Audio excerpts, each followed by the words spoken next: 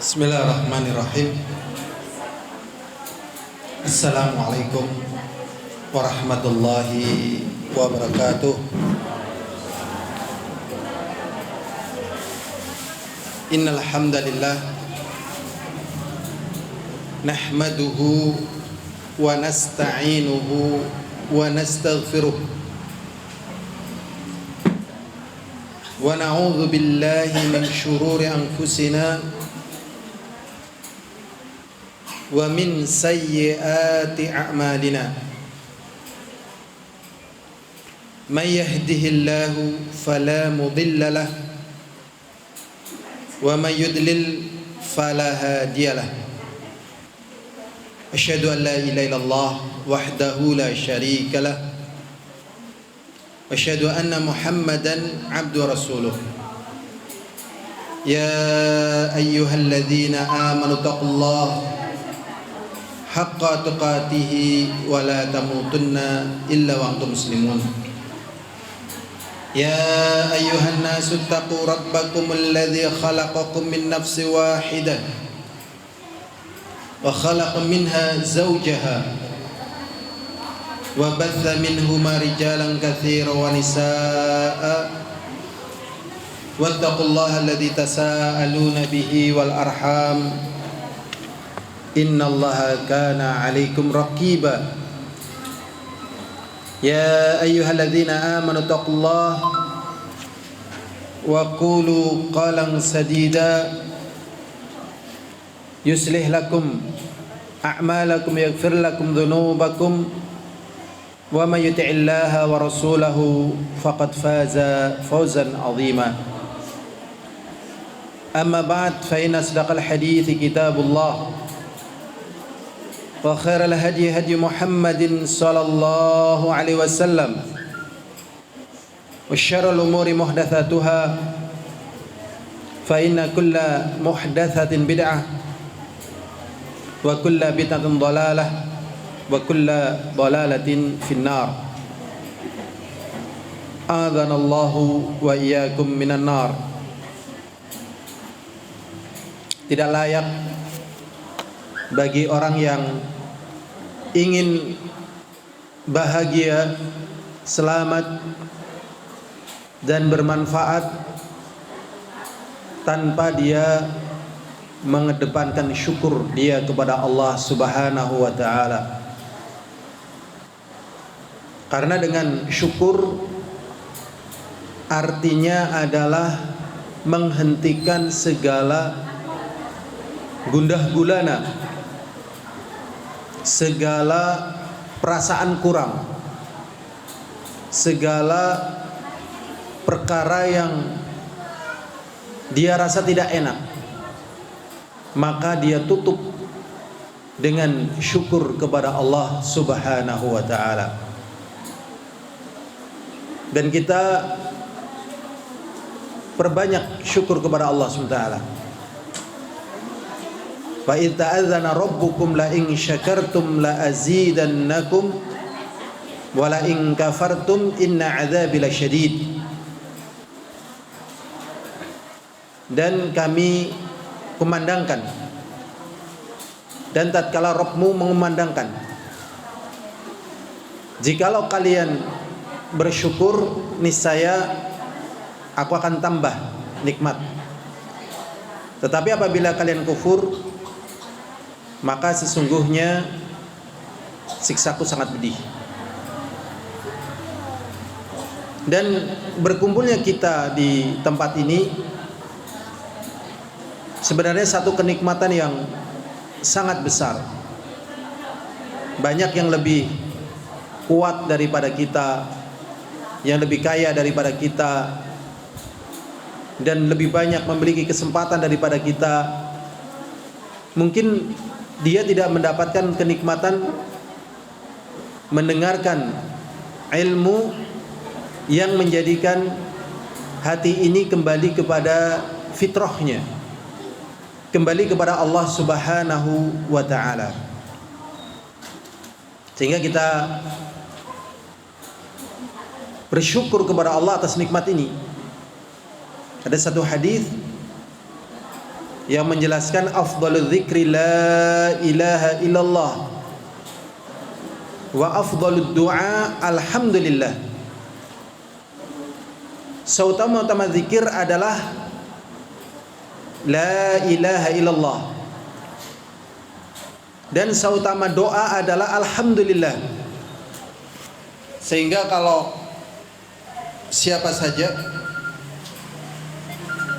ingin menyembuhkan gundah gulana yang menghebat dalam hatinya, perbanyaklah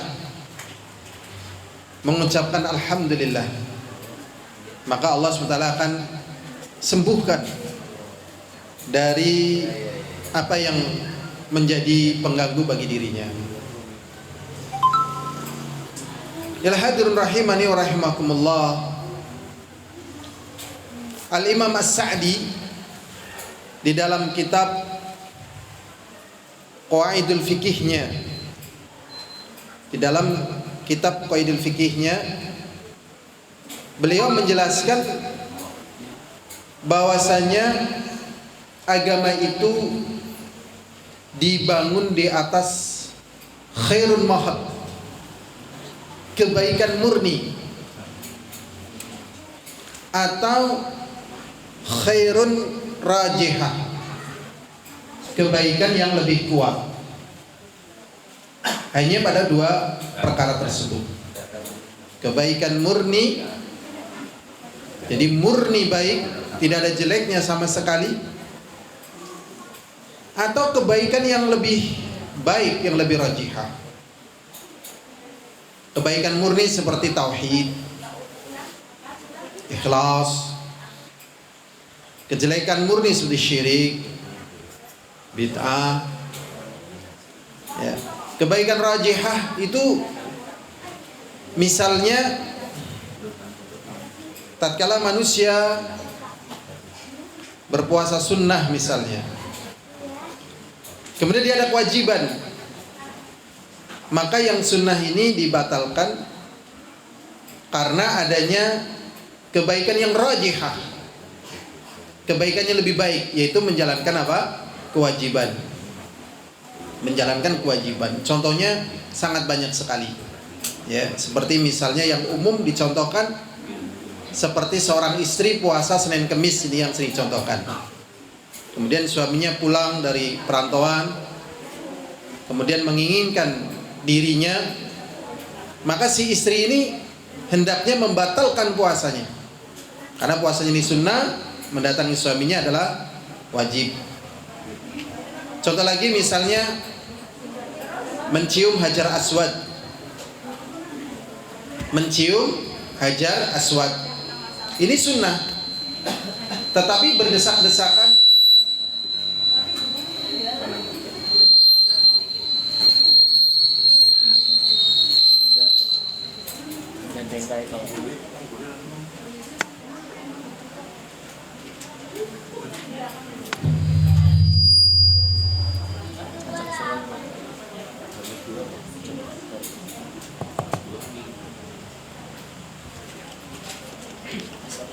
Tapi tatkala berdesak-desakan dan menyakiti saudara kita muslim, maka ini jangan dilakukan, karena menyakiti saudara muslim ini hukumnya haram, dan mencintai saudara muslim hukumnya wajib. La yu'minu ahadukum hatta yuhibba li akhihi ma yuhibbu li nafsihi. Salah seorang di antara kalian tidak dikatakan sebagai orang yang beriman sempurna sampai dia mencintai saudaranya apa yang dia cintai pada dirinya sendiri. Nah, di sini berarti kebaikannya adalah kebaikan yang rajihah. Ada juga kebaikan yang rajihah yang lebih baik, walaupun jarang dimasukkan dalam pembahasan kebaikan yang rajihah, tapi ini zatnya adalah kebaikan rajihah. Contohnya hukum sholat di 3 waktu terlarang, yaitu matahari terbit, matahari berada di tengah-tengah, dan matahari tenggelam. Ini 3 waktu kita dilarang sholat. Tapi tatkala kita masuk masjid, maka di sini kita boleh mengerjakan tahiyatul masjid. Bahkan kita diperintahkan untuk sholat tahiyatul masjid. Karena di sini adanya sebab. Adanya apa? Sebab. Makanya ini disebut dengan sholat zawatil asbab, yaitu sholat bagi mereka yang punya sebab. Maksudnya dia asalnya nggak boleh sholat di waktu terlarang, tetapi karena ada sebab maka dia menjadi boleh. Ya hadirun rahimani wa rahimakumullah. Inilah agama kita. Kebaikan murni atau kebaikan yang rajihah. Sedangkan pada perkara yang paling tingginya, yaitu ikhlas, di dalamnya adalah kebaikan murni. Di dalamnya adalah kebaikan murni. Sehingga tatkala manusia ingin meraih kebaikan-kebaikan dunianya atau kebaikan-kebaikan akhiratnya tanpa ikhlas, maka dia tidak akan mendapatkannya. Jadi bisa ditarik kesimpulan, selama dia tidak ikhlas, maka dia tidak akan bahagia. Selama dia tidak ikhlas, maka dia tidak akan pernah bahagia. Sedangkan orang-orang yang beriman bertakwa kepada Allah meletakkan ikhlas pada awal perbuatan dan juga pada akhir perbuatan. Mengawali dengan ikhlas dan diakhiri dengan ikhlas.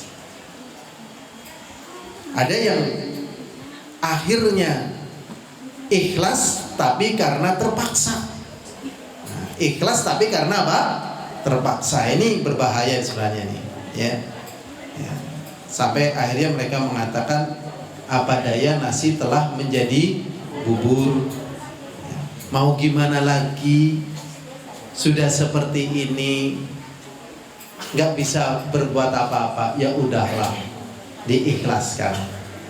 Nah, ini yang dituntunkan oleh Allah Subhanahu wa Ta'ala adalah mengawali dengan ikhlas, sehingga ini menjadi perkara yang diwajibkan oleh Allah SWT bagi setiap muslim untuk ikhlas. Dan Allah SWT mengatakan, wa ma umiru illa liya'budullaha mukhlisina lahuddin hunafa'a wa yuqimus shalah wa yutuz zakah wa dzalika dinul qayyimah. Allah SWT mengatakan dalam surat Al-Bayyinah, wa ma umiru illa liya'budullaha, dan tidaklah mereka diperintahkan oleh Allah kecuali hanya beribadah kepadanya. Mukhlisina lahuddin, dengan mengikhlaskan agama untuknya. Hunafa'a, yang berpaling dari syirik dan menuju tauhid. Wa yuqimus shalah, dan menegakkan salat. Wa yu'tuz zakah, dan mengeluarkan zakat. Wa dzalika dinul qayyimah, ini adalah agama yang tegak, yaitu ikhlas beribadah kepada Allah, kemudian ikhlas berbuat baik kepada manusia karena Allah SWT. Sehingga ikhlas menempati posisi tertinggi dalam agama kita. Kalau ikhlas menempati posisi tertinggi di dalam agama kita, berarti yang terkandung di dalam ikhlas semuanya kebaikan, tidak ada kejelekan. Dan tatkala ikhlas merupakan kekuatan yang paling kuat, patokan yang paling asasi bagi setiap individu di dalam amalannya, berarti di dalam masalah ikhlas ini akan banyak sekali godaannya, akan banyak sekali cobaannya, karena memang harus ikhlas. Al-Fudail bin Iyad rahimahullah ta'ala anhu menjelaskan tentang firman Allah Subhanahu wa ta'ala, Tabarakalladzi biyadihil mulku wa huwa ala kulli syai'in qadir. Alladzi khalaqal mauta wal hayata liyabluwakum ayyukum ahsanu amala. Allah Subhanahu wa taala mengatakan, Maha suci Allah. Tabarakalladzi biyadihil mulku. Maha suci Allah yang ada di tangannya kekuasaan. Wa huwa ala kulli syai'in qadir, dan Allah terhadap segala sesuatu kuasa. Alladzi khalaqal mauta. Allah adalah zat yang menciptakan kematian, wal hayata, dan kehidupan, liyabluwakum ayyukum ahsanu amala, untuk menguji siapa di antara kalian yang paling bagus amalannya. Berarti simpulan yang bertalian dengan ikhlas yang kita bahas pada ayat ini, tujuan hidup kita itu apa sebenarnya? Atau tujuan hidup manusia itu apa sebenarnya? Ternyata tujuan hidup manusia dan tujuan hidup kita adalah mengejar nilai, berburu nilai di sisi Allah Subhanahu wa ta'ala. Karena siapa saja hidup di dunia ini, selagi masih diberi nyawa, diberi hidup, diberi rezeki juga oleh Allah. Yang mau gak peduli dengan agama Allah ya hidup, yang mau maksiat ya hidup, yang mau mengganggu agama Allah ya hidup, ya diberi rezeki. Semuanya diberi hidup, diberi rezeki. Maka tanpa keikhlasan, orang-orang yang beriman dan bertakwa kepada Allah akan berjatuhan, terus akan berjatuhan, baik yang nampak ataupun yang tidak nampak. Karena Allah Subhanahu wa ta'ala menjadikan hidup yang demikian ini, sebagaimana yang kita rasakan, sebagaimana yang kita jalani, ternyata bukan itu yang menjadi kesungguhan hidup. Ternyata yang menjadi kesungguhan hidup adalah kita mencari nilai di sisi Allah. Al-Fudail bin Iyad mengatakan, liyabluwakum ayyukum ahsanu amala, untuk menguji siapakah di antara kalian yang paling bagus amalannya, yaitu aswabuha, yang paling benarnya, wa akhlasuha, dan yang paling ikhlasnya. Jadi kalau cuman benar saja tidak ikhlas, nggak diterima. Benar saja tetapi tidak ikhlas, itu nggak diterima. Contohnya misalnya kondangan. Kamu kondangan ya? Iya. Kenapa? Terpaksa. Malu kalau nggak kondangan, nanti dikira nggak tahu tetangga. Nah ini, ya kan? Mendatangi undangan selama tidak maksiat, benar ini. Tetapi dia terpaksa, benar atau tidak benar? Nah ini merontokkan amalan. Ada juga yang ikhlas tapi nggak benar, itu juga nggak bisa diterima. Dulu ada seorang residivis, namanya nggak saya sebutkan lah. Dia ngerampok. Tatkala dia mau ditembak mati, ditanya, kenapa kamu ngerampok? Saya ngerampok ini untuk menyantuni orang-orang fakir dari kalangan kaum muslimin. Ini orang ini terkenal sekali sebenarnya, tapi nggak saya sebutkan namanya. Amalannya benar, amalannya ikhlas, tapi nggak benar, maka tidak diterima oleh Allah Subhanahu wa ta'ala. Maka di sini dijadikan oleh Allah Subhanahu wa ta'ala dua perkara tatkala manusia ingin diterima amalannya. Yang pertama yaitu ikhlas, yang kedua yaitu mencocoki petunjuk Rasulullah sallallahu alaihi wasallam. Persis seperti dalam hadis yang diriwayatkan oleh Umar bin Khattab, ya, muttafaqun alaih atau Bukhari Muslim, yaitu innamal a'malu binniyat wa innamal likulli imri'in ma nawa faman kanat hijratuhu ila Allah fa hijratuhu ila Allah wa man kanat hijratuhu lidunya yusibuha aw imra'atin yankihuha fa hijratuhu ila ma hajara ilaihi. Amalan itu tergantung pada niatnya, ya, tergantung pada apa? Niatnya. Kalau niatnya benar, amalannya salah, tidak diterima. Ya, niatnya benar, berarti ikhlas, amalannya salah, tidak diterima. Kemudian, ya, amalannya benar tetapi tidak ikhlas, ya, belajar syirik misalnya, ikhlas karena Allah, tidak diterima. Amalannya salah, niatnya salah, nggak diterima. Yang diterima hanya sekedar kalau amalannya benar, niatnya benar. Jadi kalau amalannya salah, niatnya benar, nggak diterima. Kalau amalannya benar, niatnya salah, nggak diterima. Kalau amalannya benar, niatnya benar, ya, amalannya benar, niatnya baru diterima. Kalau amalannya salah, niatnya salah, nggak diterima. Sehingga ini menjadi perkara yang paling berat dalam kehidupan manusia.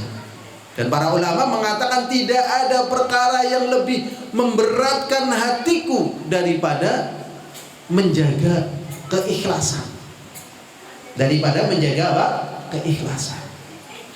Dan para ulama tabi'in menyatakan kalau saya beramal soleh, kemudian saya lawan riya, kalau ternyata riya datang dari model yang lainnya, riya hilang, datang dari model yang lainnya, terus begitu.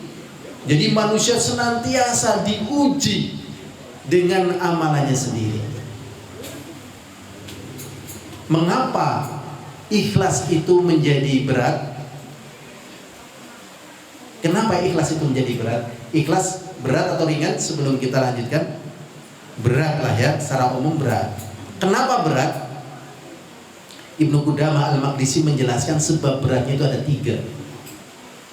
Yang pertama, manusia itu senang dipuji. Ya, manusia senang apa? Dipuji. Setelah dilakukan penelitian oleh para ulama, ternyata manusia lebih senang dipuji daripada dikasih uang.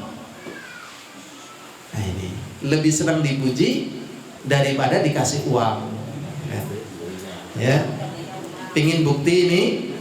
Ya, kita buktikan ya. Nah ini kita buktikan. Misalnya ini saya bawa uang $1.000 misalnya, ya kan?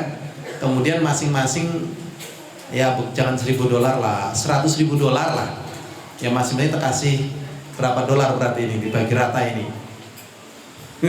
Ya kurang lebih lah. Misalnya dapat $200, ya kan? Seneng apa enggak kira-kira? Seneng, ya kan?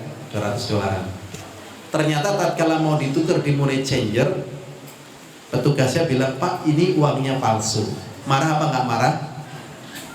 Marah. Wah, astagfirullahaladzim, nang pengajian potensi bisa ngelombok, ya kan? Tega nih, ya Allah, cerekon ikhlas kok ngelombok, isin banget, larati banget, ya kan? Tapi kalau pujian walaupun dusta itu orang seneng. Misalnya ada seorang kakek punya istri umur 130 tahun. Wahai istriku, yang kurasa dirimu semakin tua kok semakin cantik. Sebenarnya resepnya apa sih? Dulu waktu pengantin anyar kamu senyum, saya nggak begitu tertarik, tapi sekarang tambah tua kok, masya Allah. Sulit aku lupa kalau pas pergi ingat senyummu. Dusta atau serius? Lebo. Seneng atau benci? Seneng. Seneng. Kalau nggak percaya buktiin lah dengan contoh yang lain. Seneng, ya, dipuji padahal ngelombok, seneng. Bahkan ada kejadian yang mengerikan ini. Ini gara-gara senang dipuji, walaupun pujian itu dusta. Dan kan mewajibkan orang untuk memujinya, dan kalau nggak memujinya dibunuh ini. Waliyadzubillah. Bayangkan tuh. Siapa? Firaun. Apakah Firaun Tuhan? Bukan. Tapi kalau ada orang yang mengatakan Firaun bukan Tuhan, dibunuh. Masya Allah, dibunuh. Bahkan tatkala tukang sihir mengatakan nanti akan ada orang yang menggulingkan kekuasaanmu dan tidak mengakui ketuhananmu, dibunuh bayi-bayi. Bayangkan, baru bayi loh, bayangkan, baru info, bayangkan. Ini betapa penyakit tidak ikhlas membikin rumah sakit banyak pengunjungnya. Ya, banyak apa? Pengunjungnya. Jadi ya, kalau jarang yang sakit hati pada ikhlas, insya Allah rumah sakit sepi kok, bank juga sepi kok. Ini rata-rata karena nggak ikhlas. Pak, motornya elek temen lah, urung mampu singanya. Lo mau ganti mobil be murah kok Pak, mung 5 juta DP ini anyar. Motornya elek Pak lah. Akhirnya bang, ya kan, rumahnya bang ya. Itu karena senang dipuji, buat beli bedok dan seterusnya. Yang kedua, manusia itu senang dilihat, ria, ya. Dan yang ketiga karena pamer. Inilah yang menyebabkan ikhlas itu menjadi berat. Makanya di dalam hadis yang diriwayatkan oleh Mu'adz bin Mu'adz radhiyallahu taala anhu, Rasulullah sallallahu alaihi wasallam mengatakan, "Man ahabba lillah wa abghadha lillah wa ankaha lillah, ya, wa a'ta lillah wa man'a lillah faqad istakmalal iman." Allah Subhanahu wa ta'ala mengatakan, barang siapa yang benci karena Allah, cinta juga karena Allah. Gimana bayangannya benci dan cinta karena Allah? Bayangannya gimana ini? Ya, kata Mu'adz bin Mu'adz, ala yazidu hubbuka bibirrihi iyaka wala yanqusu hubbuka bijafaihi alaika. Cinta dan benci karena Allah, berarti kan maknanya apa? Ikhlas, ya. Maknanya apa? Ikhlas. Moga-moga habis pengajian ini kita semua belajar ikhlas ya. Ya Allah, lulus gak kita ya kira-kira ya? Ya Allah, moga-moga lulus lah ya. Berat masalahnya, ya. Nah, berat sekali. Moga-moga lulus ya. Semoga Allah mudahkan kita untuk ikhlas. Sudah? Barang siapa yang membenci karena Allah dan mencintai karena Allah, gambarannya adalah jangan bertambah cintamu kepadanya dengan berbuat baiknya dia kepadamu. Padahal umumnya kalau dibuat baik jadi seneng apa nggak seneng? Seneng. Kalau nggak percaya nih, nah, ini harus dipraktekkan pada hal yang benar. Kalau hal yang salah ini berbahaya. Ya, hal yang salah misalnya ada akhwat tiba-tiba, "Ini Afan, saya bukannya apa-apa ya, saya ingin cuma ngasih HP untukmu. Anggap aja ini sampah lah. Kalau kamu nggak suka buang aja, kasih sekali, nanti kasih duit lagi dan sebagainya." Lama-lama si laki-laki ini di hati si akhwat ini, ya Allah, tak sebaik dirinya, ya kan? Astagfirullah, jangan kayak gitu. Digunakan di tempat yang baik. Jadi kalau ada orang yang berbuat baik kepada kita, tetapi dia bermaksiat kepada Allah, jangan bertambah cinta kita kepadanya. Dan apabila ada orang yang berbuat jelek kepada kita, tetapi dia adalah orang yang taat kepada Allah, jangan berkurang cinta kita padanya. Jadi bertambahnya cinta kita atau berkurangnya cinta kita seukuran bertambahnya ketaatan dia kepada Allah, dan berkurangnya cinta kita kepada dia, berkurangnya rasa cinta dia kepada Allah. Ini yang namanya cinta karena Allah, benci karena Allah. Gampang nopo angel? Angel banget nopo angel toh? Angel banget. Contohnya misalnya begini, ini sama teman-teman ngaji sama Masya Allah bareng. Tapi kalau nggak ketemu, kalau ketemu nggak pernah salam. Ketemu lagi nggak salam, udah salam dari Waalaikumsalam. Udah kayak gitu, ya Allah. Ditanya nggak jawab ini, ya Allah. Tapi dia taat sekali. Biasanya timbul sakit hati apa enggak? Ya Allah, ya wong apa ketebuk pisang ya. Masa aku salam guyu orang dibales, ya Allah. Kayak nuduh wong lah orang atine gitu, tembok gitu.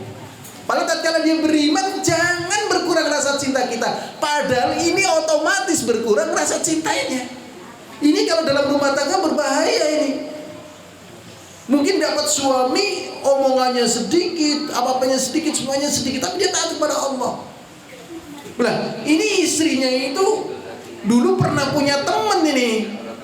Temennya sume dan seterusnya, ya kan, bojoku payah lah, ditakoni orang jawab, dimesemi orang jawab, jan orang kaya kanca sekolahku, waduh, waliyadzubillah, mulai kelingan kanca sekolah ini, ya kata orang CLBK, cinta lama keluarga berantakan. Hati-hati nih. Saya pernah ngobrol dengan seorang neneknya teman saya. Pas saya pengen teman-teman saya, ya saya juga udah tua, neneknya dia tentunya lebih tua. Ya, Masya Allah dia cerita. Akhirnya ketemu teman-teman lama, sudah nenek-nenek sama kakek ketemu dalam satu grup WhatsApp. Nenek-nenek, kakek-kakek, ya Allah. Alhamdulillah yang nenek-nenek ini udah kerasa dirinya nenek-nenek. Si kakek-kakek ini cerita, mulai menggoda. Masya Allah. Ini hati-hati nih, hati-hati. Udahlah, suamimu yang terbaik untukmu. Suamimu adalah surga yang engkau akan mendapatkannya dengan cara berbakti kepadanya. Ya, bahkan banyak orang-orang dari Timur Tengah murtad itu gara-gara kebaikan orang-orang Nasara, apa yang di Amerika ataupun yang lainnya. Ini saya ngobrol langsung dengan orang Yaman yang lahirnya di Amerika, dan banyak orang-orang dari Timur Tengah yang lahirnya di Amerika. Saya ngobrol, saya nanya gitu. Ya kenapa saya kok nanya dia? Karena saya aneh, ini tampilannya kayak orang Yaman, tapi kok bodinya gede, rambutnya mantap ya, kulitnya bersih. Ini saya bingung, ini orang apa ini? Saya nanya, kamu orang mana sih sebenarnya? Saya kelahiran Amerika, dari kecil sampai gede Amerika. Tapi saya orang tua Yaman. Oh ya, persis kayak wong Kebumen ya, pindah meng Bandung apa pindah Jakarta. Lahir ya ngontekon gede nang Jakarta. Kebumennya tesih apa mandan hilang? Mandan hilang. Wah, ini misalnya kayak Kebumen nang Jakarta loh, nang Bandung loh, ya kan? Dari tampilannya kan agak beda, mengalami mutasi-mutasi kayak gitu. Ya kan? Nah, tempat itu mempengaruhi, tempat makanan mempengaruhi pertumbuhan. Sudah. Kita lanjutkan. Man ahabba lillah wa abghadha lillah wa ankaha lillah. Ini juga berat. Dan menikah juga karena Allah. Ini kalau kita contohkan kisah nyata. Kisah nyata.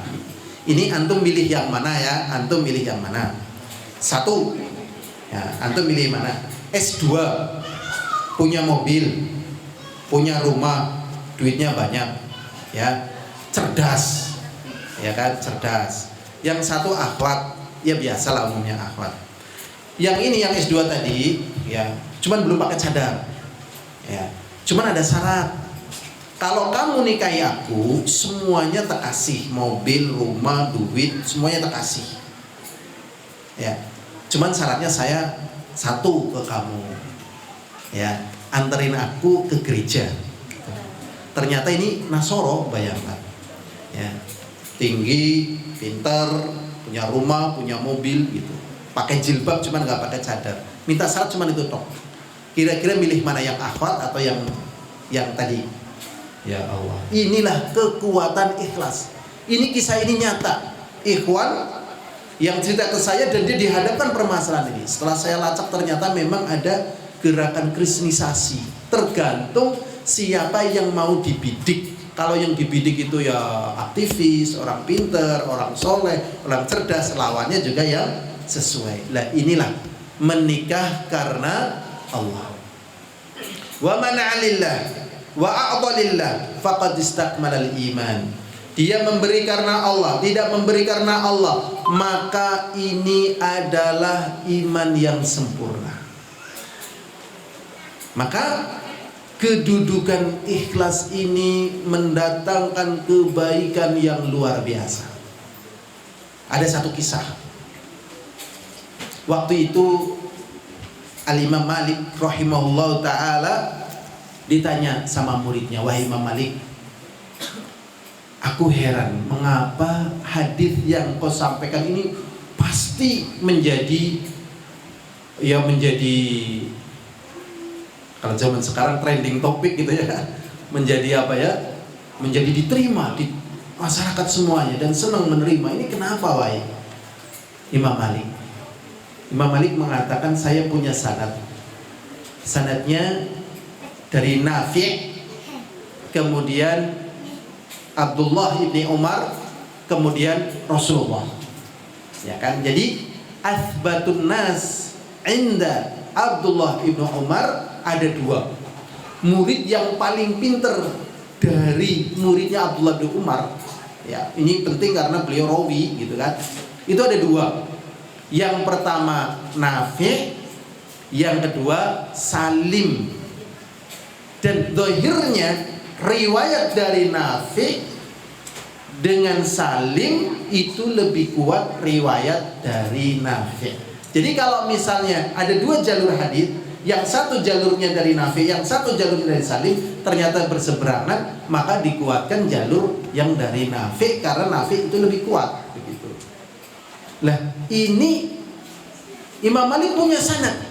Sanad yang pendek ini disebut dengan sanadul ali, sanad yang tinggi. Sanadul ali itu semakin pendek, maqala rijaluhu ala wa madunahu nazala. Apabila sedikit rawinya maka derajatnya tinggi. Kalau misalnya selain daripada ali namanya nazil. Nah, 3 orang. Sehingga Masya Allah, ya, tatkala dicantumkan di dalam kitab beliau Muwatta, akhirnya kitab Muwatta menjadi kitab yang sangat agung, yang sangat mulia. Karena saking agungnya kitab tersebut, saking mulianya kitab tersebut, akhirnya muncul sekian banyak kitab, ratusan kitab. Namanya apa? Muwatta. Biasa kan kalau ada orang hebat, ada orang mulia kan, terus biasanya ikut-ikutan semuanya, ya kan? Ya kan? Dulu ada Sadal Kerfil, terkenal sekali. Muncul Sadal Karwil, bahkan ada yang namanya mirip dengan saya. Wah, ini kenal saya atau gimana? Karnavil itu, Masya Allah. Gini, kenalan di mana, dari mana nggak tahu. Ya, Kerwil, Karwil dan sebagainya. Ada yang mirip dengan saya malah, ya Allah, ini gimana gitu. Lah akhirnya ditanya kepada Imam Malik, wah Imam Malik, ini gimana kok banyak sekali yang seperti ini? Kemudian Imam Malik mengatakan, maka lillahi abqa. Kemudian Imam Malik mengatakan, apa saja yang itu datangnya dari Allah, itu yang akan kekal. Jadi kalau kita ingin melakukan sesuatu dan tidak ada sesuatu diawali dengan besar, itu nggak ada. Mesti diawali dengan kecil. Tetapi ikhlas karena Allah itu yang akan kekal. Padahal dulu ada pembakaran dan penghancuran kitab waktu Tatar menguasai Irak. Ya, Tatar itu pernah menguasai banyak negara, dibakar, dirusak. Ternyata semua kitab-kitab itu hilang, ternyata kitab Muwatta tetap. Makanya kalau kitab Muwatta ya pasti punya Imam Malik. Padahal apakah punya Imam, tidak ada selain daripada punya Imam Malik? Ya ada, punya yang lainnya. Inilah al-hadirun a'azani wa a'azakumullah. Sehingga tatkala manusia mengikhlaskan amalannya, maka Allah Subhanahu wa ta'ala akan memberikan kekekalan dan kebaikan pada amalannya. Ini secara kedudukan ikhlas dalam agama kita. Sehingga tatkala manusia tidak mampu ikhlas, maka dia tidak mampu merasakan kebahagiaan baik di dunia ataupun di akhirat. Walaupun dia cinta. Seperti firman Allah SWT, walladzina amanu asyaddu hubban lillah. Dan orang-orang yang beriman itu lebih keras cintanya kepada Allah dibandingkan orang musyrikin kepada Allah. Karena apa? Cintanya orang musyrikin itu sudah terbagi antara Allah dan antara yang lainnya. Sehingga di sini kita dituntunkan untuk ikhlas. Ikhlas maknanya adalah makana fi zahir wal batin sawa. Ikhlas artinya adalah apabila apa yang ada di dalam hati dan apa yang ada di dalam zahir itu sama. Kemudian ikhlas itu artinya tatkala kita beramal, itu kita sedang bermuamalah dengan Allah, melakukan itu semuanya untuk Allah, bukan dengan manusia. Sehingga tatkala dia beramal ikhlas, dipuji, tidak mendatangkan rasa bangga pada dirinya. Tatkala dia dicela pun tidak mendatangkan rasa sedih pada dirinya. Ini pentingnya apa? Ikhlas. Ada satu kisah tentang seorang istri yang ikhlas. Ya, cinta pada suami merupakan apa? Fitrah. Tetapi fitrah ini bisa dibangun padanya ikhlas. Singkat cerita, si suami ini menikah lagi. Ya, suami ini menikah apa? Lagi. Dia mencintai istri karena apa tadi? Ikhlas. Karena dia tahu suaminya sudah menikah lagi, ya. Akhirnya dia pun tahu jatah-jatah waktu yang diberikan oleh suaminya untuk madunya. Akhirnya dia ingatkan, wahai suamiku, ya, ini hari ini adalah hari untuk maduku. Disiapkan ini. Mungkin tatkala nggak ada duit, ini ada duit untuk beli bensin, gitu. Ya, ini makanan yang dibawa, apa yang dibawa. Kira-kira kalau suami punya istri seperti ini, perasaannya gimana? Misalnya ada suami punya istri seperti ini, perasaannya gimana? Ternyata istriku lebih indah daripada mutiara. Ya, akhirnya membekas sekali di hati suaminya. Ya, akhirnya satu ketika suaminya itu meninggal. Tatkala meninggal, akhirnya jatah warisan istri dari suami adalah 1/8. Kalau istrinya 2, ya diambil 1/8, dari 1/8 itu dibagi 2. Kalau 3 dibagi 3, kalau 4 dibagi 4 dari harta suami itu, ya. Nah, akhirnya dibagi 2. Misalnya dapat 1/8-nya 400 juta. Berarti dibagi 2 berapa ketemunya? 200 juta. Ya, 200 juta. Ini istri yang solehah. Tapi jarang kayak gini ya. Jarang atau banyak yang seperti ini? Jarang ya. Apa?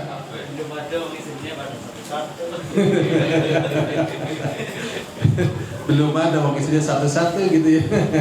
Kecuali kalau ada yang 2 lah, silakan mencontoh gitu ya. Pinter. Makanya orang yang istrinya 1 tidak mungkin mengamalkan keseluruhan agama.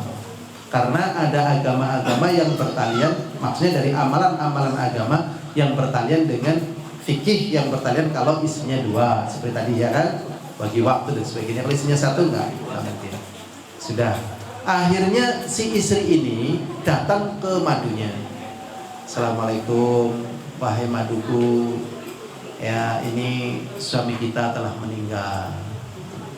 Ya, kemudian si Madu ini mengatakan, singkat cerita aja, dia sudah bukan menjadi suamiku karena dia sudah meninggal dunia.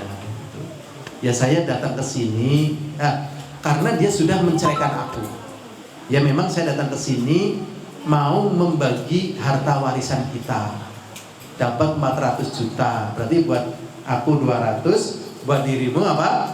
200. Ya, si istri ini mengatakan saya sudah tidak berhak lagi karena saya sudah bukan istrinya. Apa yang bisa kita pelajari dari perkara ini? Kekuatan keikhlasan seorang istri membawa rumah tangga yang sebagaimana yang dicontohkan. Makanya kalau istri tidak ikhlas, ini sering menjadi apa?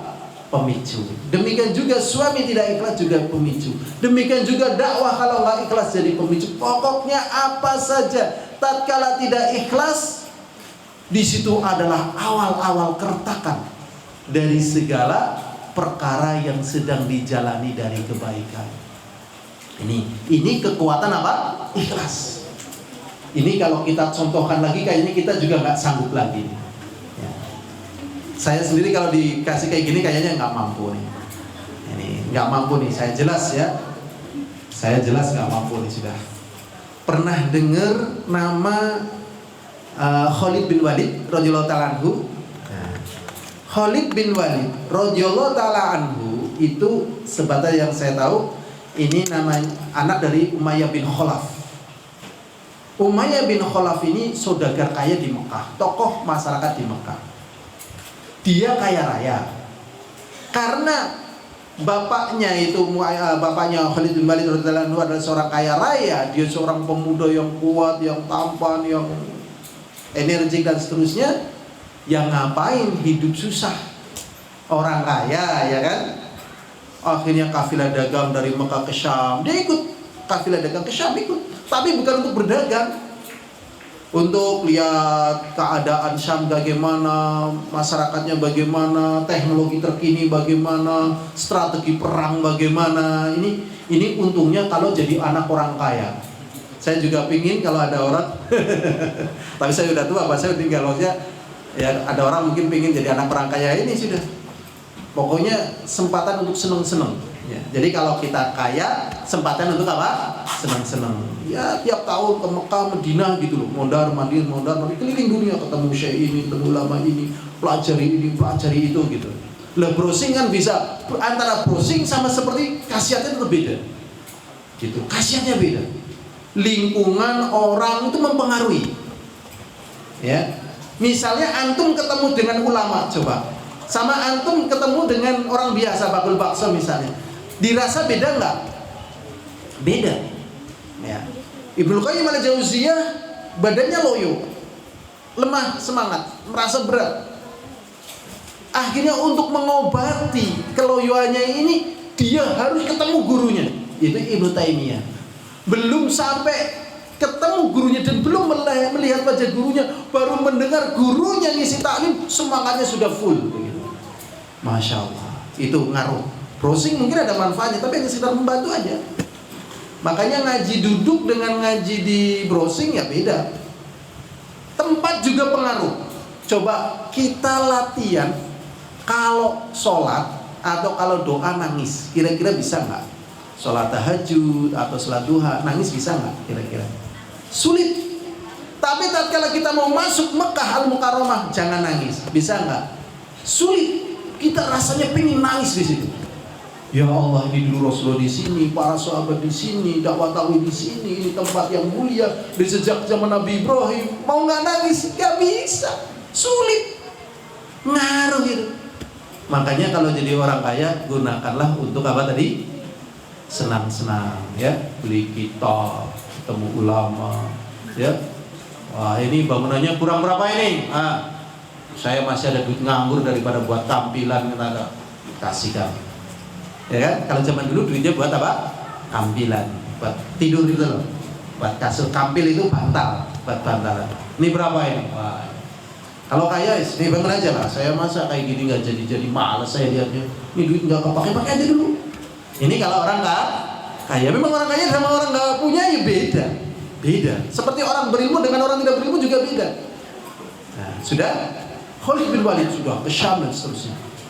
Sampai akhirnya Khalid bin Walid menguasai sekian strategi tempur internasional. Nah, satu ketika tatkala ada dakwah Rasulullah SAW, wah ini masuk dalam pertempuran ini nih Khalid bin Walid gitu. Pada perang Badar Kubro, ya, perang Badar Kubro, berarti di bawah Gunung Uhud, ya, ngeri itu perang zaman dulu, ya. Pertempuran hadap-hadapan hidup dan mati.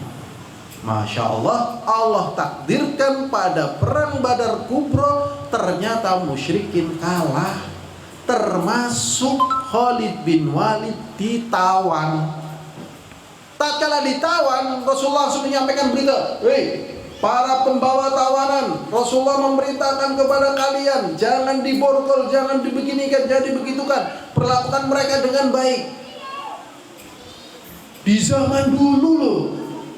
Bagaimana kalau di zaman sekarang ini? Zaman sekarang ini katanya ada hukum perang ini, permasalahan begini, menyikapi tawanan, menyikapi ini sudah ada hukum internasionalnya. Zaman dulu siapa kuat itu yang menang. Nggak ada zona eksklusif internasional, batas wilayah nggak ada. Siapa menang, siapa kuat itu menang.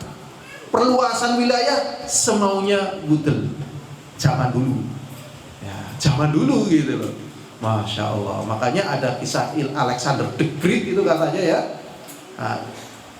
Dzulqarnain itu ternyata bukan Alexander the Great.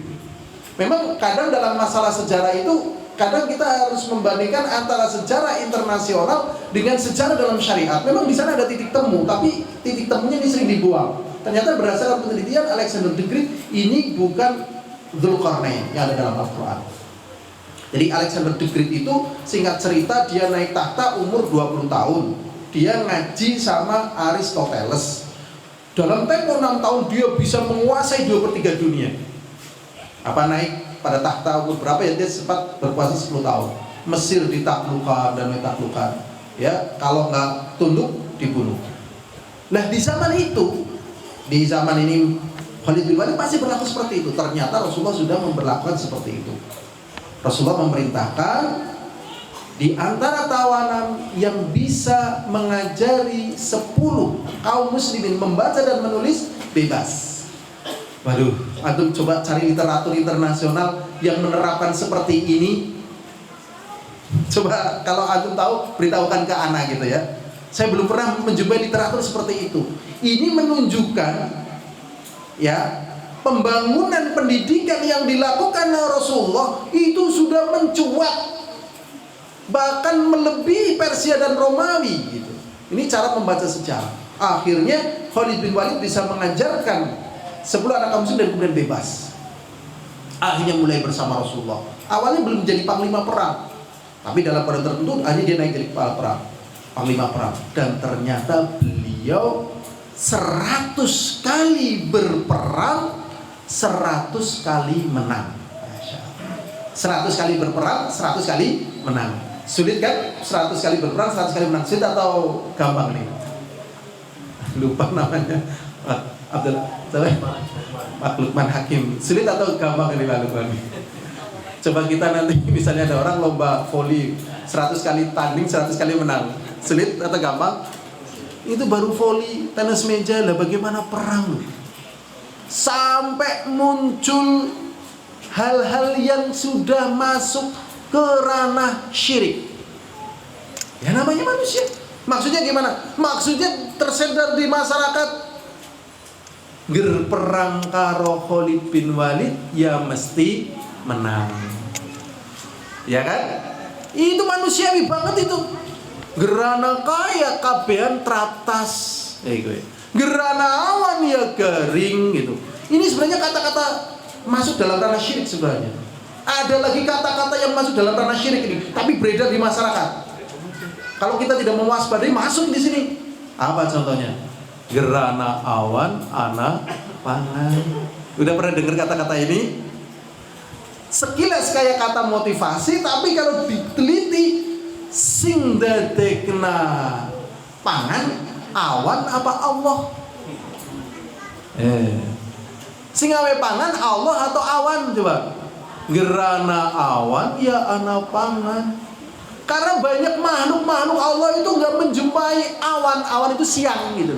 Gertesiana siang ya tesiana pangan. Banyak itu makhluk-makhluk yang di bawah palung, di bawah relung.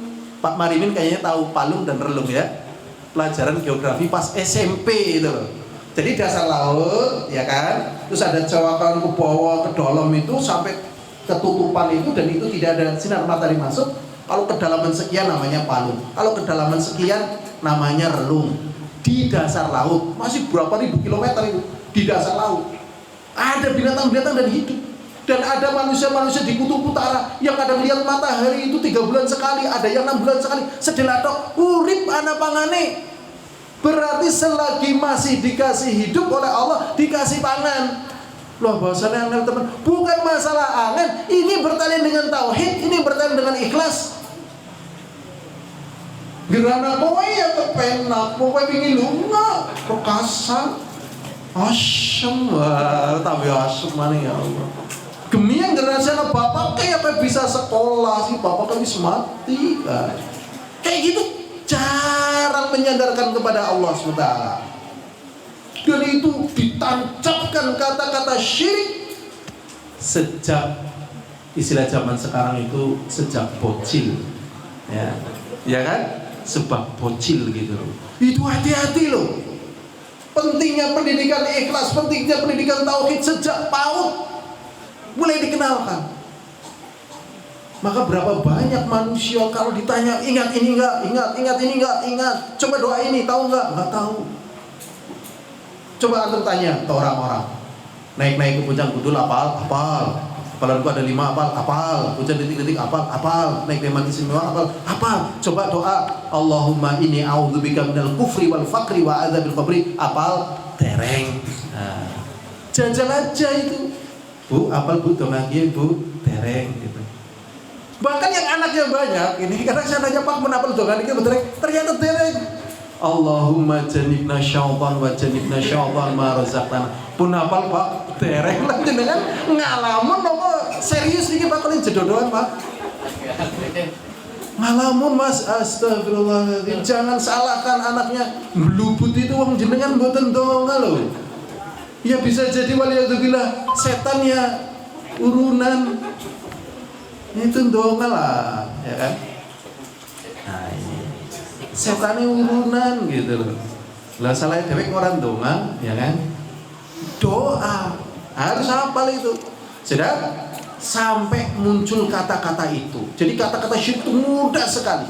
Di antaranya masalah sumpah. Demi tugasku, demi kehormatanku, demi ini dan demi itu. Kadang ada orang demi cintaku. Nah, nggak boleh. Harus demi Allah aku akan selesaikan tugas ini. Dan seterusnya lah. Demi Allah aku akan menjadi suami yang baik. Demi Allah saya akan melindungi anak saya dengan baik. Begitu. Lah ini muncul seperti itu. Gerkara Khalid bin Walid yang mesti menang. Mesti. Loping satu suruh tahu kalah. Ini berbahaya bagi kaum muslimin. Akhirnya apa? Akhirnya Umar bin Khattab radhiyallahu anhu memberhentikan beliau jadi panglima. Ya Allah. Apa tuh? Di pensiun kayak gini apa teringan? Apa? Wong pensiun dari kepala desa be apa? Mantan desa siki ngapa ngojek apa? Mantan panglima siki ngingu ayam apa? Ya apa? Berat itu manusia mengalami apa tadi? Ya istilahnya azizun zalla. Kata orang itu katanya post power syndrome. Jadi penyakit yang disebabkan karena hilangnya kekuatan. Tetapi obatnya adalah ikhlas. Ikhlas. Dan ternyata ya Khalid bin Walid tatkala diberhentikan seperti ini oleh Umar bin Khattab tidak memberontak. Tidak kemudian melakukan gerakan ini, gerakan itu, enggak. Bahkan hidupnya yang tadinya kaya raya, tadinya terpandang, tadinya luar biasa, Masya Allah, ya, ternyata hidupnya menjadi fakir. Menjadi apa? Fakir. Berat kan? Berat sekali. Penguatnya adalah ikhlas. Ada orang yang ingin ketemu Khalid bin Walid. Saya pengen ketemu Khalid bin Walid. Akhirnya ditujukan nih rumahnya ini.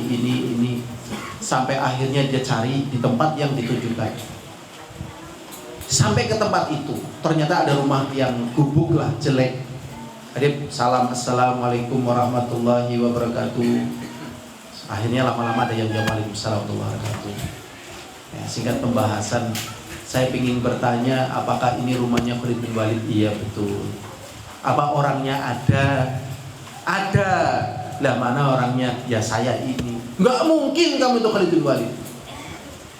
Tetap nggak percaya. Nggak mungkin. Tetap saya nggak percaya, Masya Allah.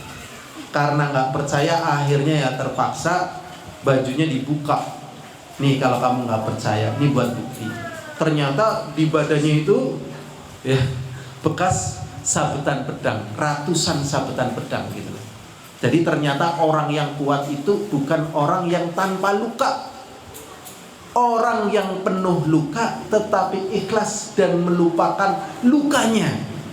Berarti kalau ada wanita bilang aku terluka, yang perlu diobati adalah ikhlasnya. Ya, pernah dengar wanita bilang aku terluka, aku yang tersakiti. Aduh ya Allah. Astagfirullahaladzim. Ya, betapa teganya dirimu. Sakitnya ada di sini.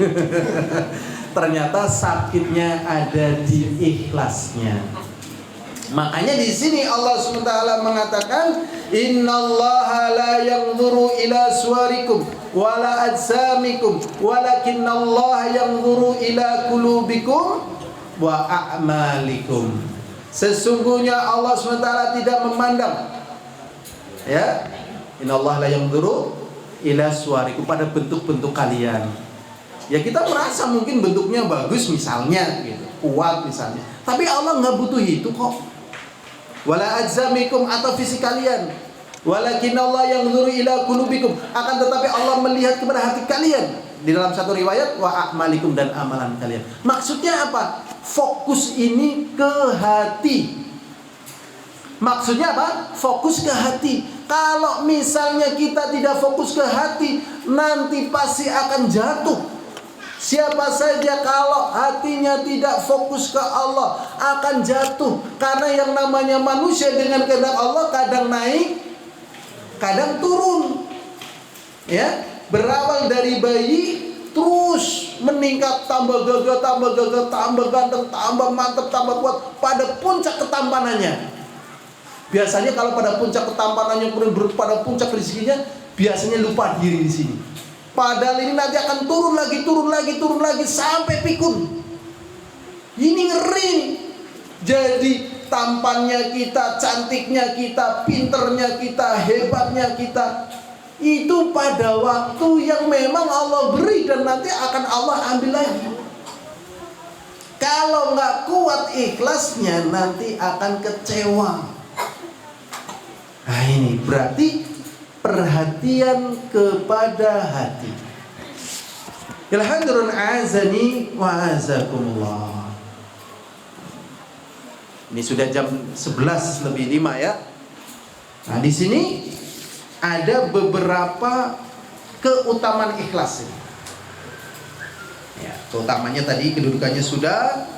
Sekarang keutamaan ikhlas. Jadi kalau orang bisa ikhlas, ini ada keutamaannya. Sebenarnya keutamaannya sangat banyak ya. Di antaranya kalau mau bahagia ya ikhlas, kalau mau mendapatkan kebaikan ya ikhlas, kalau mau sembuh penyakitnya ya ikhlas gitu. Ya, ikhlas ini. Maka ikhlas yang pertama dan yang terakhir. Keutamaan yang pertama yang di sini yaitu dia diselamatkan dari gangguan syaitan. Jadi hampir tidak ada yang bisa selamat dari gangguan syaitan kecuali yang ikhlas. Kalau ikhlas sudah sulit nih, bahkan bukan sulit, nggak bisa. Syaratnya apa tadi? Ikhlas. Ya, syaratnya ikhlas. Allah SWT berfirman mengkisahkan tentang sumpah serapahnya iblis kepada Allah. Iblis mengatakan wa bi'izzatika la ughwiyannahum ajma'in illa ibadaka minhum al-mukhlasin. Iblis mengatakan, ya Allah, dengan keperkasaanmu ya Allah, la ughwiyannahum ajmain, sungguh aku akan sesatkan mereka semuanya. Ya Allah, kalau antum paham tentang permasalahan ini, betapa bahagianya antum. Betapa bahagianya antum. Karena berapa banyak orang-orang yang gak ikhlas setelah jabatannya sangat tinggi, kemudian dia mengalami sakit yang mengerikan. Dulu ada yang namanya, kalau nggak salah, kan ada George Bush, ada George Walker Bush. Ya. Nah ini katanya George Walker Bush ini yang pernah membantai nih kaum muslimin di Irak. Wah ini sakitnya nemen itu. Ya. Ada juga yang membantai kaum muslimin Palestina. Benyamin Netanyahu itu juga ngeri sekali. Dan itu antum jumpai kalau antum amati dalam kehidupan orang-orang yang perkasa, orang-orang yang punya fasilitas. Ternyata di akhir hayatnya ini hidupnya mengerikan, super mengerikan, tidak bahagia. Padahal yang namanya bahagia itu kalau mengakhirinya dengan bahagia. Saya ketipun pahami nggih, pokok bapak-bapak, ibu-ibu, ikhwan-ikhwan, apa-apa. Jadi yang namanya bahagia, nama Bapak Ibu, kalau kita mengakhirinya bahagia. Tapi kalau mengakhirinya nggak bahagia, gimana Pak Ibu? Pahit, kecewa. Gimana kamu sama Fulan? Pahit. Loh, saya lihat kamu honeymoonnya di salju, di ini pakai ini dan itu. Ah, itu dulu, sekarang pahit gitu. Nah, makanya husnul khotimah gitu. Jadi bahagia itu di pengakhirannya. Kita makan sate, es buah dan seterusnya. Setelah itu ternyata ya asam lambungnya kambuh ini, darah tingginya kambuh, kolesterolnya kambuh ini. Harus cepat dibawa rumah sakit. Pas lagi di ICU, gimana rasa sate ayamnya? Pahit. Gimana rasa duriannya? Pahit. Ada ikhwan ya, pas kurban Idul Adha itu full makan sate kambing. Ternyata berdampak dibawa ke Sarjito. Masya Allah. Ya Allah, ada juga ada ikhwan makan durian 2 keranjang gitu. Masya Allah, ternyata akhir tergeletak 3 hari di kamarnya karena pusing. Ya Allah. Jadi nikmat itu kalau berakhir dengan apa? Kenikmatan. Nah, ternyata yang nggak bisa diganggu oleh syaitan adalah orang-orang yang ikhlas. Ini. Jadi orang ikhlas itu paling berharga di dunia ini dan paling bahagia. Dan godaan manusia itu banyak sekali. Pernah dengar kisahnya Bal'am? Nah, ceritanya kan begini ya, intinya Firaun lah ingin menang perang melawan Nabi Musa gitu kan. Perangnya kalah terus sama Nabi Musa. Akhirnya dia tahu ini ada orang yang doanya makbul ini, namanya Bal'am. Nah, akhirnya Bal'am kan didatengin sama siapa itu? Utusannya Firaun, disuap ya kan, pokoknya jenengan garindonga lah men Musa kalah. Engkau janji dengan arep butuh apa bae tak wae. Ternyata dia itu lolos. Ora lah masalah dunia, ora lah gitu lah. Aku ora kepengin lah. Aku ikhlas gitu. Ora lah. Tapi kan yang namanya syaitan datang kan bukan dari satu jalan, dari jalan yang lainnya. Jalan yang lainnya ketemu istrinya. Napa jenengan kuat urip terus karo Bal'am, urip perkasa. Ya, mungkin plesir ya ora plesir, perhiasan ora tuku, kasa temen, timbangani Quran bae, dalil bae apa ra mumet. Mbok yao ya mandan silir setitik gitu. Ki ana apa bae sing nape karep tak wae. Emas ya ana, apa bae ana. Mung syaratnya siji ora gampang, ben kuwi mus pisan to. Jaluk aring bojomu kondonga men Musa celaka. Ya lama-lama yang namanya perempuan gak kuat, ya udahlah, ya wis lah. Akhirnya ngerengek ke suaminya, mas, diganduli terus mas. Tega temen jenengan mas, seprana sepene anaknya wis akeh, urung tau bahagia ya Allah. jenengan ini janjinya modalnya apa sih mas? Kalau sudah itu kan kadang laki-laki butuh kuat imannya. Kalau zaman dulu itu, ini zaman dulu waktu saya pengajian di masyarakat itu, jenengan janjinya modalnya kolor apa mas? Lebih repot lagi ini. Kolor hijau ini gimana? Sepisan tok mas lah, jaluk mas. Akhirnya ya dirayu gombal, istrinya ngerengek nangis tuh. Ini jadi laki-laki harus kuat betul loh. Memang ada saatnya kita, ya ayo mas tunggu bakso, ayo tunggu sate, ayo jalan-jalan, ayo. Tapi tadi kalau sudah syirik, aduh, jangan kau patahkan cinta kita hanya karena keinginan seperti itu. Kalau sudah seperti ini kamu tinggal pilih aku, ya, aku seperti ini, atau pilih harta.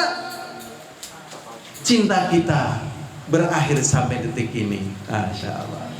Milih mana ini ya Allah. Laki-laki yang kuat imannya harus mampu begitu. Ternyata Bal'am ini gagal di sini. Akhirnya mengiyakan dan kemudian mendoakan, ya, celaka kepada Musa dan akhirnya dicabut ilmu. Masya Allah. Jadi butuh ikhlas. Ya, dan berapa banyak maaf ya laki-laki yang tampan jadi sampah, wanita-wanita yang cantik jadi sampah karena terpedaya dengan ketampanannya ataupun dengan kecantikannya. Jadi yang tampan ini untuk Allah SWT, untuk sujud kepada Allah. Yang cantik juga ini untuk sujud kepada Allah. Jangan tergiur dengan rayuan, insya Allah kamu cantik, kalau jadi ini masya Allah laku, kalau jadi ini laku, buat iklan ini jadi. Jangan tergiur. Syaratnya apa tadi? Ikhlas, gitu ya. Nah, ini hanya yang ikhlas. Berikutnya lah hadirin azani wa azakumullah. Keutamaan yang kedua bagi mereka yang ikhlas, yaitu akan mendapatkan warisan kenikmatan surga. Mendapatkan kenikmatan surga. Allah SWT berfirman dalam surat As-Saffat ayat 39-49. Allah SWT mengatakan, "Wa ma tudzawna illa ma kuntum ta'malun. Illa ibadaqallahil mukhlasin. Ulaika lahum rizqum ma'lum. Fawakihu wa hum mukramun. Fi jannatin na'im. Ala surrin mutaqabilin. Yudafu alaihim bika'sin min ma'in bayda'a ladzati lisyaribin la fiha ghalu wa lahum 'anha yunzafun wa 'indahum qasiratut tarfi'in ka'annahunna baydun maknun." Masya Allah. Jadi saat ini kalau kita berdoa, ya Allah jadikanlah aku hamba yang ikhlas, gitu. Kan kadang mungkin dulu doanya ya Allah, ya boleh-boleh saja, ya Allah jadikanlah aku orang yang kaya, ya Allah, dan macam-macam biasanya kan. Nah, ini ikhlas jangan lupain. Karena nanti kebaikan yang datang akan menjadi kebaikan dengan ikhlas. Contohnya di sini. Di dalam surat As-Saffat 39 dan 49. Allah SWT mengatakan, "Wa ma tudzawna illa ma kuntum ta'malun." Dan tidaklah mereka dibalas kecuali sesuai dengan apa yang kalian dulu kerjakan. Dibalas sudah, sesuai sudah. Allah nggak zalim. Illa ibadallahil mukhlasin, kecuali hamba-hamba Allah yang ikhlas, yang bertauhid, yang beriman. Ya. Kenapa dia bisa ikhlas? Ya tentunya karena beriman, dan setelah beriman dia ikhlas, gitu. Kecuali hambamu yang ikhlas. Ulaika lahum rizqum ma'lum, mereka itu mendapatkan rizki yang diketahui, yaitu buah-buahan, dan mereka dimuliakan. Mereka berada di surga-surga yang penuh dengan kenikmatan. Mereka berada di atas dipan-dipan dan saling berhadapan-hadapan. Kemudian diputarkan kepada mereka air minum dari gelas yang bersumber dari mata air surga, yang warnanya putih, yang sangat lezat tatkala diminum. La fiha ghalun wa lahum 'anha yunzafun, dan mereka tidak mabuk di sana dan juga tidak menjadikan mabuk dari perkara tersebut. Ya, tidak menimbulkan mudarat, tidak menimbulkan bahaya. Wa 'indahum qasiratut tarfi'in, dan mereka di sisi-sisi mereka itu ada qasiratut tarfi'in, yaitu yang matanya pendek, yang maksudnya lentik gitu ya. Tarfi'in maksudnya adalah para bidadari. Jadi minum, duduk-duduk dan sebagainya ada bidadari. Sudah banyak yang tahu, tapi mungkin ada yang belum tahu. Di surga itu banyak laki atau banyak perempuan di surga? Nah. Sekarang kalau di neraka banyak laki atau banyak perempuan? Perempuan. Di surga banyak laki atau banyak perempuan? Jadi di surga banyak perempuan. Dalilnya satu laki-laki ahli surga mendapatkan bonus istri 2 dari anak Adam. Ya, jadi misalnya di dunia istrinya berapa? 4. Semuanya masuk surga. Ditambahi bonus istri dari anak Adam 2, berarti berapa? 6. Lah, punya bidadari 70. Berarti simpulannya wanita banyak di surga. Sekarang di neraka juga sama. Ternyata isinya wanita. Di dunia banyak laki atau banyak perempuan? Perempuan. 1:50. Begitu. Karena memang ya pekerjaan laki-laki ini identik dengan kematian. Yang perang laki-laki, mati laki-laki. Nunggang truk tabrakan ya laki-laki. Menek krambil tiba mati ya laki-laki. Ya kan? Sing dari kuli bangunan tiba ya mati-mati. Sing ketiban peso ngrajani lombok orang mati wong wadon. Nah, itu wong wadon orang mati dan sebagainya. Makanya kasihan laki-laki kelihatannya kuat, mati negasi. Laki-laki sebenarnya melas ini, kaum melasi sebenarnya nih. Kalau para wanita tahu hatinya laki-laki melas. Iya, perlu dilestarikan. Kasihan nih sebenarnya laki-laki. Kan pendamping lagi ya. Nah, Bapak. Jadi pendamping lagi. Ya, ini fenomenanya laki-laki gitu. Masya Allah, kuat tapi gampang mati. Nek wong wadon ketone lemah, awet. Ya, sensus tetap menunjukkan di Indonesia mungkin sekarang sudah 1:12. Ya, kalau dulu 1:6. Solihin pernah jadi pegawai statistik di Kabupaten Kebumen. Sekarang di Cilacap. Saya nanya, di Kebumen berapa? 1:10. Itu. Di Kebumen 10 perempuan, 1 laki-laki di Kebumen loh. Sekarang mungkin 1:12. Nah, kalau di dunia mungkin nggak tahu nih, banyak. Pokoknya laki-laki jadi dipikir-pikir melasi.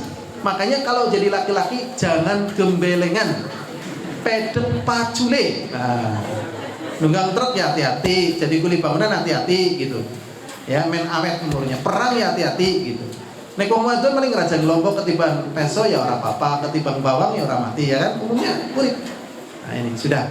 Lah di sini nanti mereka ya dikatakan di sini indahum qasratut tawfirain, yaitu di sisi mereka para bidadari yang matanya lentik. Ka'annahunna baydun maknun, mereka ini para bidadari ini seperti telur yang ditata.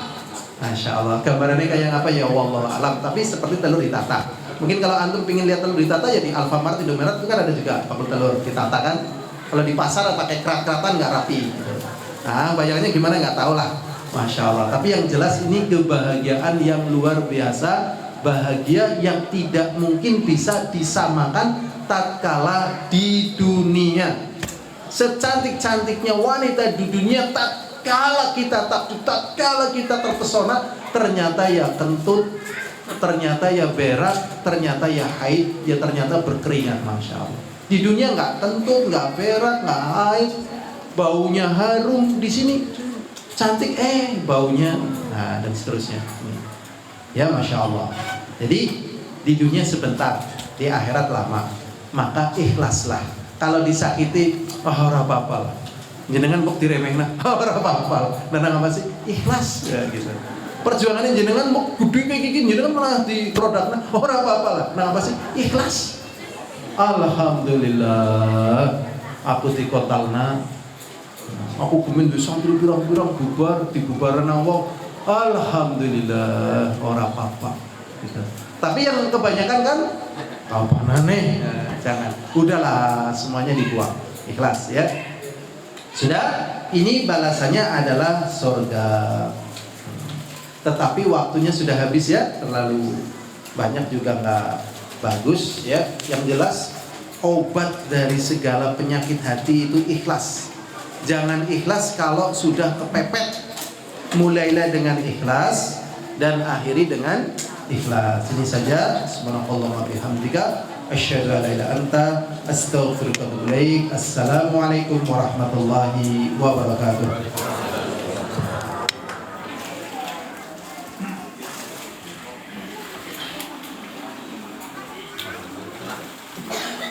Demikian tadi kajian dari Ustaz